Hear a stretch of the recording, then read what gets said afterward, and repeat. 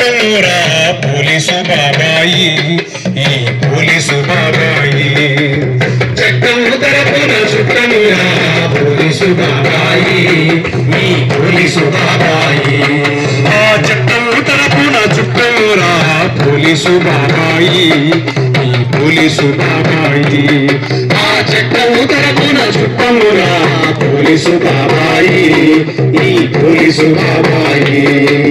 పగలూరే ఈ సూర్య చంద్రులై పల్లె పట్నం కలియ తిరుగుతూ, పగలూరే ఈ సూర్య చంద్రులై పల్లె పట్నం కలియ తిరుగుతూ, ప్రజల ధన మాన ప్రాణ రక్షణకు అభయమిచ్చి నిలిచే రక్షకుడై, ప్రజల ధన మాన ప్రాణ రక్షణకు అభయమిచ్చి నిలిచే రక్షకుడై, దోపిడి దొంగల భరతం పట్టి చట్టాన్ని న్యాయాన్ని సంరక్షించి శాంతి భద్రతల విలువని చట్టము తరపున చుట్టమురా పోలీసు బాబాయి, ఈ పోలీసు బాబాయి. ఆస్తి అంతస్తు అడ్డం వస్తే కులమో మతము కూడదు అంటే, ఆస్తి అంతస్తు అడ్డం వస్తే కులమో మతము కూడదు అంటే, అందరి మతము మానవత్వమని ఆత్మీయులందరికీ చాటి చెప్పి, అందరి మతము మానవత్వమని ఆత్మీయులందరికీ చాటి చెప్పి, సమాజపు సమరస భావము శాంతికేతముల దీప్తులు చేసి సంఘంలోన శాంతిని నింపి చట్టము తరపున చుట్టమురా పోలీసు బాబాయి, ఈ పోలీసు బాబాయి. ఆన్లైన్ గేమింగ్ ఆశలు చూపి ప్రజల సొమ్ము దోసి పరిశాను చేసి, ఆన్లైన్ గేమింగ్ ఆశలు చూపి ప్రజల సొమ్ము దోచి పరిశాను చేసి, మారిపోయిన మోసగాళ్లను వేటాడి వెంటాడి పట్టుకొని, మారిపోయిన మోసగాళ్లను వేటాడి వెంటాడి పట్టుకొని, డబ్బులు అయిన జనమందరికి న్యాయం చేకూర్చెను పోలీసు భాయి, సంఘానికి సేవకుడు చట్టము తరపున చుట్టమురా పోలీసు బాబాయి, ఈ పోలీసు బాబాయి. ఆ చట్టము తరపున చుట్టమురా పోలీసు బాబాయి, ఈ పోలీసు బాబాయి, పోలీసు బాబాయి, ఈ పోలీసు బాబాయి, పోలీసు బాబాయి, ఈ పోలీసు బాబాయి. వీళ్ళందరికీ ఓకే. మన అంటే ఈ గత కొన్ని రోజులుగా మన ఊర్లో మన గ్రామం గ్రూపులలో వాట్సాప్ గ్రూపులలో మళ్ళీ వాటిలో మళ్ళీ ఈ మధ్య కంచనపల్లి గేట్ మన వెంకటరెడ్డి గేట్ ఉంది కదా, అక్కడ యాక్సిడెంట్లు అవుతున్నాయి. వాటి వల్ల ఇట్లా రకరకాల అంశాలలో కొంచెం ఇట్లా అవగాహన కల్పించడానికి మన కంచనపల్లి గ్రామానికి రావాల్సిందిగా మన ఎస్పీ మేడం ఒక ప్రోగ్రామ్ ఏర్పాటు చేయండి అని అడిగితే మనకి కళా బృందం వారిని మనకి పంపించడం జరిగింది. మనకి ఈ గ్రామానికి ఒక ప్రోగ్రాం ఏర్పాటు చేసి ఈ గ్రామానికి వచ్చినందుకు ఫస్ట్ వీళ్ళందరికీ స్వాగతం పలుకుతూ అభినందనలు చెప్తాం. చప్పట్లు కొట్టండి అందరు. థ్యాంక్ యూ అండి, మా గ్రామానికి వచ్చి మాకు ప్రజలకు అవగాహన కల్పిస్తున్నందుకు. వీళ్ళు చెప్పిన మాటలు అన్ని అంటే ఒకటి, వీళ్ళకి ఎక్స్ట్రా జీతం ఉండదు, వీళ్ళకి అవార్డులు రివార్డులు ప్రైజులు అట్లాంటి ఏం రావు, వీళ్ళకి పోయేది లేదు వచ్చేది లేదు, వీళ్ళ డ్యూటీ వాళ్ళు చేస్తారు. కానీ ఎవరి కోసం చెప్తారు? మన కోసం, మన ఊరోళ్ళ కోసం చెప్తారు. ఎక్కడి నుంచో పని కట్టుకొని మరి దానికి బండి ఏర్పాటు చేసుకొని దాన్ని డీజిల్ కొట్టుకొని అంతొచ్చి ఇటుకొచ్చి పని చేసుకొని గొంతు పోయేంత వరకు మాట్లాడి మీకు అందరికి చెప్తే వీళ్ళకి ఏమైనా వస్తుందా? మాకేమైనా వస్తుందా? రాదు, ఎవరికి రాదు. అందుకనే మీరు అవన్నీ వాళ్ళు చెప్పినన్ని జాగ్రత్తగా విని అవసరమైతే మీ పిల్లలకి తెలంగాణ వాళ్ళకి అలీ అక్కడ కూర్చోండు, ఇక రాదు మొక్కలు అయితే కూర్చో కూర్చో అక్బర్ భయ్య ఆడుకుంటా రాట్లే ఆయన. అందరూ మీరు తెలుసుకోండి, ఫస్ట్ అర్థం చేసుకోండి, మళ్ళా మీ పిల్లలకి ఇక్కడ లేని వాళ్ళకి అందరూ చెప్పండి. ఒకరి దాంట్లో పుల్లలు పెట్టుకో అని చెప్పకండి దయచేసి. మన గ్రామంలో మనకు అనవసరంగా శత్రువుల్ని మించి మన ఊరిని చెడ్డగా చేసే ప్రయత్నం మాత్రం చేయకండి దయచేసి. అర్థమవుతుందా? ఎవడన్నా ఈ మధ్య ఒకటి హైదరాబాద్ లో ఉండి మొత్తం వాట్సాప్ గ్రూప్ లో ఏది పెడితే గలీజ్ పెట్టి అంత మనోళ్ళకి కొట్లాట పెట్టి మన ఊర్లో ఇప్పుడు ఒకటి హిందూ ముస్లిం అని చెప్పి సపరేట్ గా అయ్యి మళ్ళీ అది గొడవ అవుతుంది.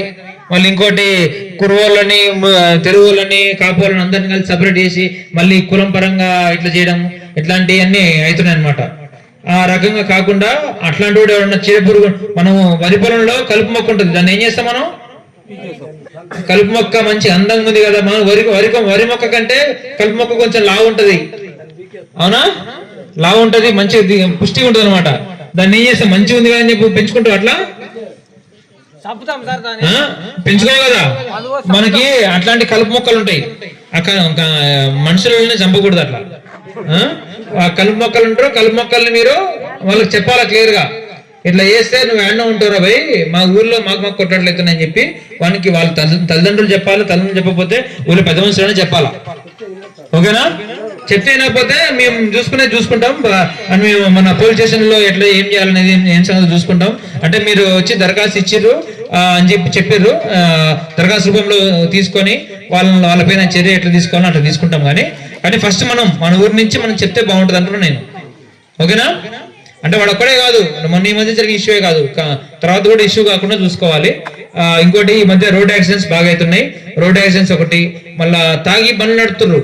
మన కంచెన బల్లవాడు ఎవరు దొరికిండా, ఇక్కడ దొరికిండు. వీడిని పట్టుకున్నసరికి ఇంకోటి పారిపోయా.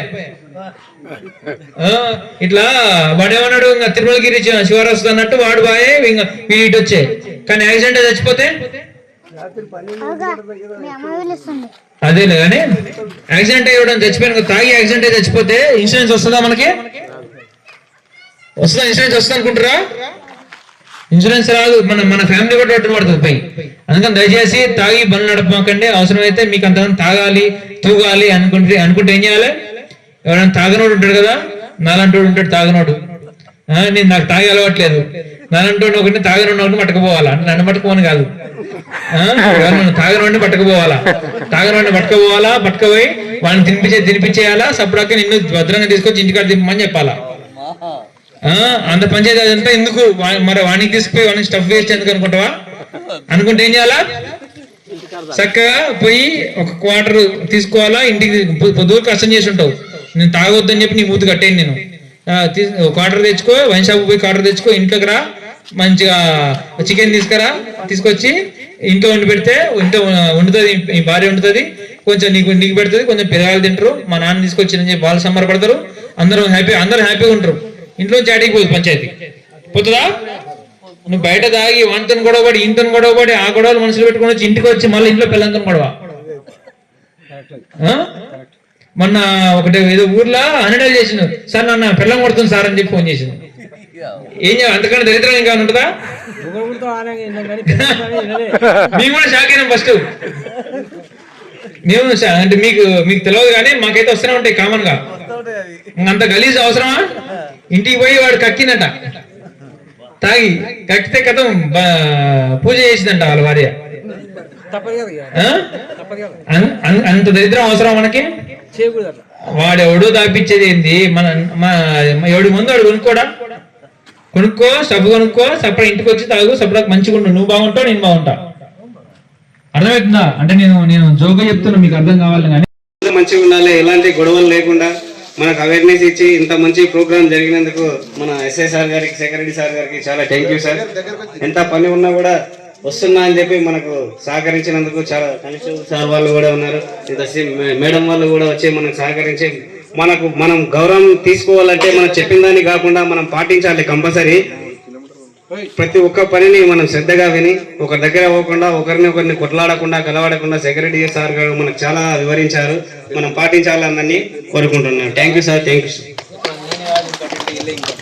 Okay sir, thank you sir.